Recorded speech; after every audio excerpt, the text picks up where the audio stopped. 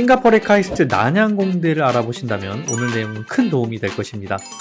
안녕하세요 여러분, 몽선생입니다. 자, 지난 편에서 싱가포르 공립대 NUS 입시에 대해서 알아봤죠. 자, 이번에는 바로 NTU 난양공대로 넘어가서 핵심 사항 정리해 드리겠습니다. 시청하시기 전에 좋아요 꾹꾹 눌러주시고 구독해 주시길 바라겠습니다. 자, 시작하기 전에 제가 한 말씀 먼저 드리겠습니다. 자, 공립대 입학은 특별한 비법이 있는 것은 아니고요. 입시 유형만 우리가 잘 분석하고 그리고 학과별 경쟁률에 따른 지원 전략만 잘 기억하시면 됩니다. 오늘 내용이 바로 그런 내용이니까요. 참고하셔서 잘 준비하시길 바라겠습니다.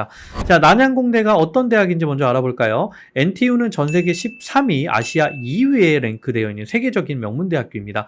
1966년도에 설립이 되어서 1980년도에 NUS와 합병을 했다가 1991년도에 NTU로 다시 분리되어 운영되고 있습니다. 자, 현재 두 개의 캠퍼스는 세계적으로 아름다운 캠퍼스다라고 극찬을 받고 있고요. 약 3만여 명의 학생들이 재학 중에 있습니다. NUS를 우리가 서울대라 표현하면 NTU를 카이스트다라고 표현할 수 있는 싱가포르의 대표적인 대학이죠.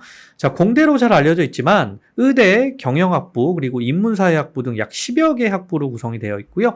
50여 개가 넘는 세부 전공으로 또 분류가 되어 있는 종합대학교입니다. 그래서 뭐 단순히 공대라고 보실 필요는 없고 상당히 큰 종합대학이라고 보시면 좋겠습니다.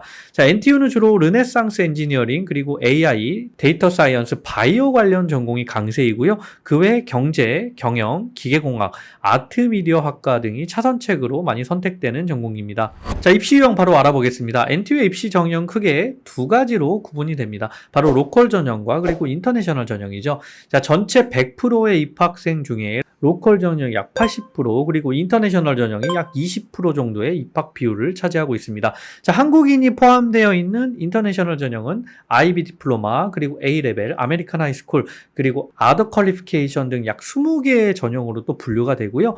입시 유형 자체는 사실상 NUS와 크게 다른 점은 없다고 보시면 되는데요. 입학 조건, 바로 이 입학 조건에서 차이가 있기 때문에 제가 차근차근 하나씩 설명을 드리겠습니다. 자, 최근 주요 이슈를 한번 살펴보면 싱가포르 교육부 장관이 6개의 공립대학과 협의를 해서 정원을 약 2,000명 정도 확대할 것이다, 뭐 이런 발표를 했었는데요. 실제로 제가 보니까 한 1,000명 정도 증원된 것으로 파악이 되고요. 현지 학생들을 위한 것이지만 아마도 국제 학생들의 정원도 증원되었을 것이라 생각되고 있습니다. 뭐 여러모로 좋은 상황이라고 보시면 될 것 같고요. 자, 거두절미하고 NTU 입시 전략 바로 시작하겠습니다. 세 가지만 기억하세요. 자, 첫 번째는 학력과 성적을 평가하는 정량 요소, 그리고 두 번째는 인터뷰, 그리고 자소서 특별활동 평가하는 정성 요소, 그리고 마지막으로는 학과별 경쟁률에 따른 지원 전략입니다. 뭐 이거 NUS에서는 제가 똑같이 얘기를 했었죠. 아무튼 이 세 가지 조건만 잘 파악하면 합격에 아주 근접을 할 수가 있는데요. 자, 첫 번째 정량 요소입니다. 정량 요소란 입학 사정관이 학생의 우수성을 판단할 수 있는 말 그대로의 시험 점수이고요. IB 디플로마, A레벨, SAT, 그리고 AP 등의 점수들이 포함되어 있고 또 졸업한 학력과 국가 소재지에 따라 기준이 정해져 있습니다.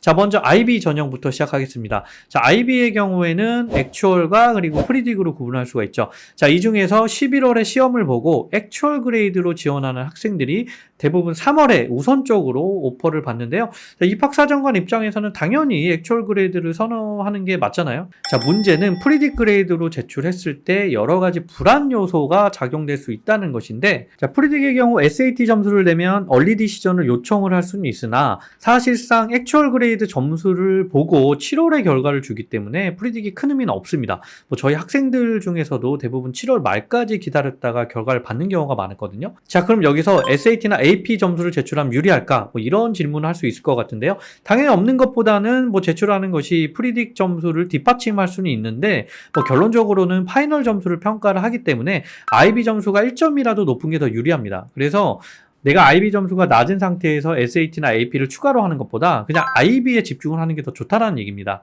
자, NTU 같은 경우 1티어 학과들을 제외하고 NUS보다 상대적으로 경쟁률이 낮은 학과들이 많기 때문에 30점대 후반에서 뭐 40점대 초반의 학생들도 합격 사례가 꽤 많고요. 이번 연도 저희 학생들 같은 경우에도 뭐 비슷한 점수대로 합격을 많이 했습니다. 자, 특이사항은 의대와 교육 관련 전공은 프리딕 그레이드로 접수 자체가 되지 않습니다. 액추얼 점수로만 지원이 가능하기 때문에 이 점 참고하시길 바라겠고요. 자, NUS 때도 제가 얘기를 했지만 한 번 더 언급을 해드리자면 IB 전형 같은 경우에는 다른 시험에 비해서 전공별 과목별로 요구하는 학과목 조건이 매우 구체적입니다. 다른 뭐 SAT나 AP 같은 경우는 좀 불명확하거든요.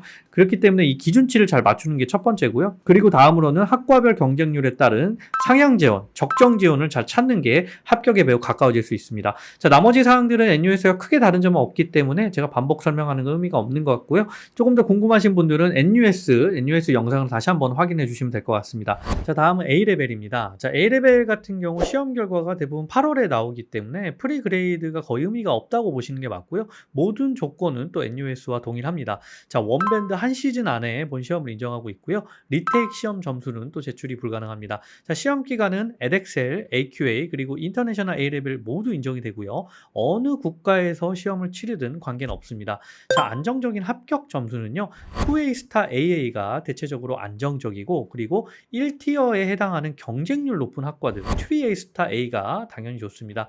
자, 이번에 저희 학생들 중에 유난히 A레벨 출신자들이 많았는데요. 대부분 3A 스타 A가 많았고요. 1티어 전공에 많이 합격을 하였습니다. 자, 특이사항으로 NUS와 다른 점을 하나 알려드리면 원서 접수할 때 NUS 같은 경우에는 여러 보드 믹스가 안 된다라고 제가 말씀드렸었잖아요. 근데 NTU의 경우에는 여러 보드 성적을 믹스해서 제출할 수 있습니다. 뭐 예를 들면 GCA하고 edXL을 섞어서 뭐 제출할 수 있다는 의미겠죠.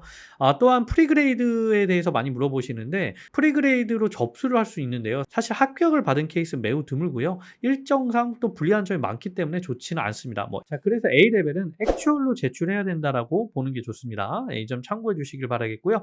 자, 다음은 아메리칸 하이스쿨 미국 국제고 전형입니다. 자, 미국고 인증을 받은 국내 대안학교와 국제학교가 또 여기에 포함되어 있는데요.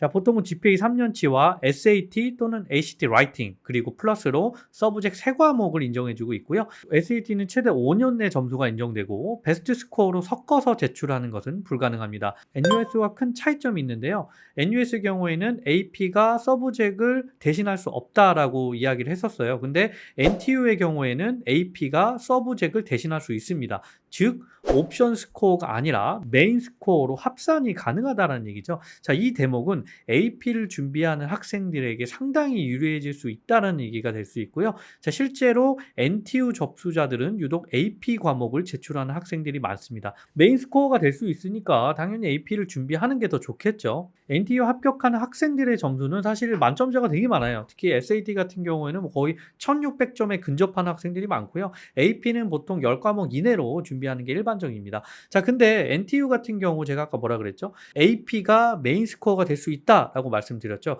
자, 그렇기 때문에 내가 지원하는 학부에 따라 과목 조합을 잘하는 게 매우 중요합니다. 예를 들면 상경 계열에 지원한다. 이럴 때는 칼비시하고 이콘 그리고 통계 이런 과목들이 적절히 들어가는 게 적합성 측면에서 좋은 조합이다라고 볼 수가 있겠죠. 자세한 내용은 제가 상담 시에 더 설명을 드리겠고요. 다음 전형 한번 넘어가 볼게요. 다음 전형은 국내 일반고가 포함되어 있는 아더스 전형입니다. 아더스 같은 경우에는 NUS와 아주 큰 차이점이 있습니다. 어떤 차이점이 있냐면 자, NUS의 경우에는 국내 내신이나 수능 점수가 인정되지 않는다. 그냥 평가 항목이다. 이렇게만 말씀드렸는데 NTU의 경우에는 국내 내신과 수능 점수를 공식적으로 인정을 하고 있습니다. 물론 플러스 토플이나 IELTS 등의 영어 점수 제출이 필수이긴 한데 이렇게 국내 점수를 평가한다? 공식적으로 인정한다? 이건 정말 큰 의미가 있는 것이죠. 매우 흥미로운 부분이기도 합니다. 그렇기 때문에 아더스에서 국내 일반고 출신자들의 경우에는요. 높은 내신 점수와 수능 점수를 바탕으로 그 외에 SAT나 AP를 옵션 스코어로 추가한다면 나의 우수성을 입증하는데 아주 좋은 조건이라고 볼 수 있습니다. 사실 국내 일반고 출신자들 중에서 국립대 입학을 하고 싶어하는 학생들이 꽤 많거든요. 제가 국내 일반고 전형은 또 다른 영상에서 조금 더 집중적으로 다루도록 하겠습니다. 또 다음 전형으로 한번 넘어가 볼까요? 다음 전형은 캐나다, 호주, 뉴질랜드 전형입니다. 자, 여기 고등학교를 졸업하면 별다른 시험 점수 없이 그 학력 자체를 인정한다라는 평가 기준이 있습니다. 국내 내신이나 수능을 인정하는 것과 같이 캐나다, 호주, 뉴질랜드 이 고등학교 점수를 그대로 평가한다는 것인데요. 캐나다의 경우에는 내신 기준 85% 그리고 호주 고등학교는 ATAR 90점 이상, 뉴질랜드는 NCEA 레벨 3 엑설런스 이상이라고 규정되어 있습니다. NUS와 크게 다를 건 없이 점수로만 합격하는 사례는 그렇게 많지는 않고요. 보통은 SAT와 AP를 옵션 스코어로 제출하는 것이 일반적입니다. 자, 두 번째로 합격의 중요한 요소는 바로 정성 요소입니다. 자, 이 항목에는 자소서, 인터뷰 그 외 액티비티 활동 내용으로 보시면 될 것 같은데요. 자, 먼저 인터뷰입니다. 자, NTU 난양공대는 의대 교육 관련 분야, 그리고 르네상스 엔지니어링 전공이 인터뷰와 시험이 필수이고요. 나머지 전공들은 랜덤으로 또 요청이 될 수 있습니다. 자, 이번 연도 저희 학생들 중에 타전공인데 인터뷰 요청이 온 경우가 있거든요. 주로 늦은 시기 발표자가 랜덤으로 선정되는 경우가 있기 때문에 방심은 금물이고요. 자, 다음은 퀄리파잉 잉글리시 테스트라는 영어 시험입니다. 자, NUS 때도 말씀드렸는데, 자, 이 시험은 언어 실력이 다소 미흡하다고 판단되면 시험을 보라고 하거든요. 뭐 합격자들에 한해서만 보는 영어 시험이고요. 난이도는 뭐 그렇게 높지 않습니다. 이번 연도 저희 학생들 중에 마찬가지로 시험에 응시하라고 한 케이스가 있었고요. 자, 다음은 자소서와 액티비티 항목입니다. 자, NTU의 경우 일부 전공을 제외하고는 대부분 자소서를 작성하지는 않죠. 필수가 아닙니다. 의대 전공만 약 300단어로 필수로 이제 작성을 해야 되고요. 아트 미디어 디자인, ADM 학과의 경우 또 에세이와 플러스 포트폴리오도 추가로 제출해야 됩니다.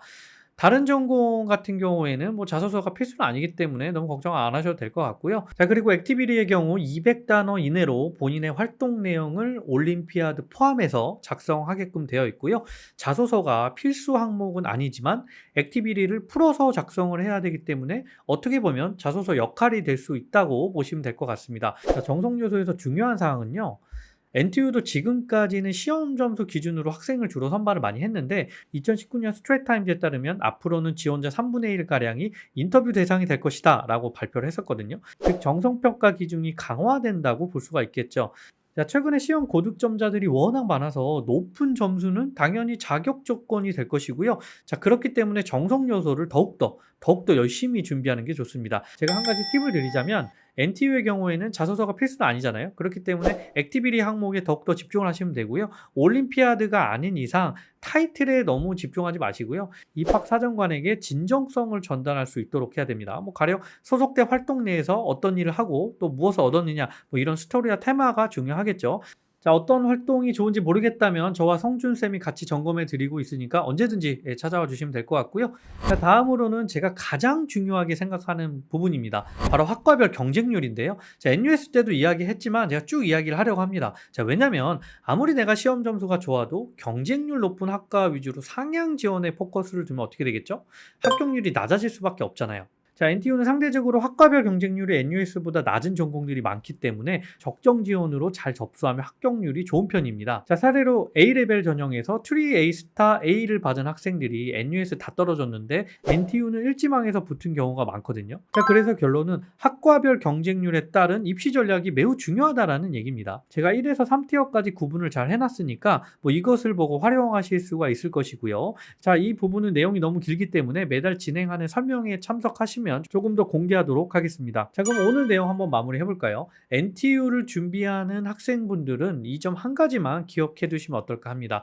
자, 최근에는 거의 완벽한 GPA야 그리고 시험 점수를 가지고 있는 학생들이 많은 상황이다 보니까 점수는 단순히 자격 요건이 되어버릴 것 같고요. 중요하게 합격 여부를 결정짓는 데는 액티비티가 큰 비중을 차지할 수밖에 없을 것입니다. 또한 NTU는 자소서가 필수가 아니기 때문에 액티비티에 더욱더 큰 비중을 두고 준비를 하셔야 될 것 같고요. 지금까지 시험 점수를 열심히 준비했다면 반드시 좋은 결과도 얻을 수 있을 것이니 끝까지 힘내시고 화이팅 하시길 바라겠습니다.